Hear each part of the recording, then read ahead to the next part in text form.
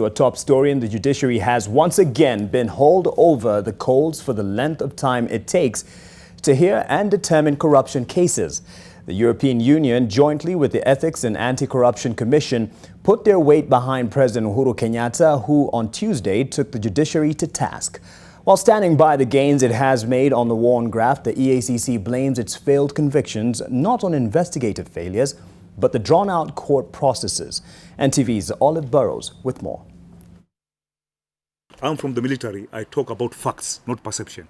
A fiery Ethics and Anti-Corruption CEO, Twalib Mbarak, on Thursday defended the agency's conviction rate, taking exception to the suggestion that the agency is ineffective. We have the facts on the ground.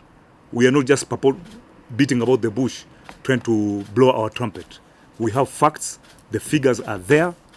EACC has convictions. 51 convictions to be exact in the 2018-19 financial year, 4.5 billion in recovered assets and an estimated 14.5 billion whose loss it says it has averted by stopping dubious payments. In that period, there were 23 acquittals and 4 withdrawals. Partly to blame, the agency says, on the slow-moving wheels of the judiciary. His Excellency the President talked about the case of the Akasha. It has taken less than 1 year in USA to be concluded. It's your guesswork for how long it would have taken in Kenya. I think it is a shame on our country that we prosecuted a case against drug traffickers in our country and we couldn't get a prosecution. And within a year of them being arraigned in the United States, they have been jailed for no less than 25 years.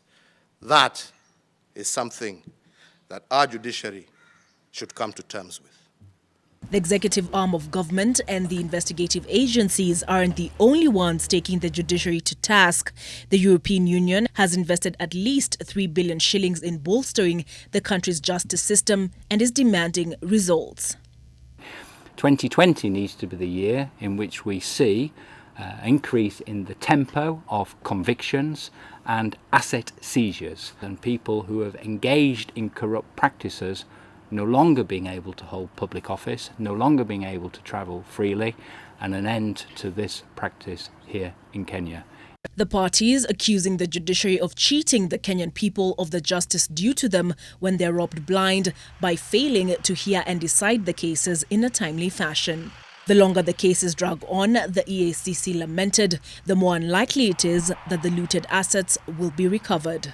I mean, I could only imagine that if a case runs for many, many years, the availability of witnesses to engage, supply evidence becomes more difficult. Hypocrites has been the judiciary's response to the executive, the arm accusing it of pointing a finger, while 4 others are pointed back at it. The kind of talk I've seen that the judiciary is the weak link.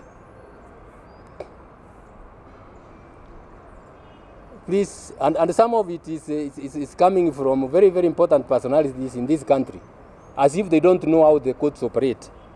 The players treating Kenyans to the same dog and pony show as they trade blame through the media, and the hemorrhaging continues unabated. Olive Burrows, NTV.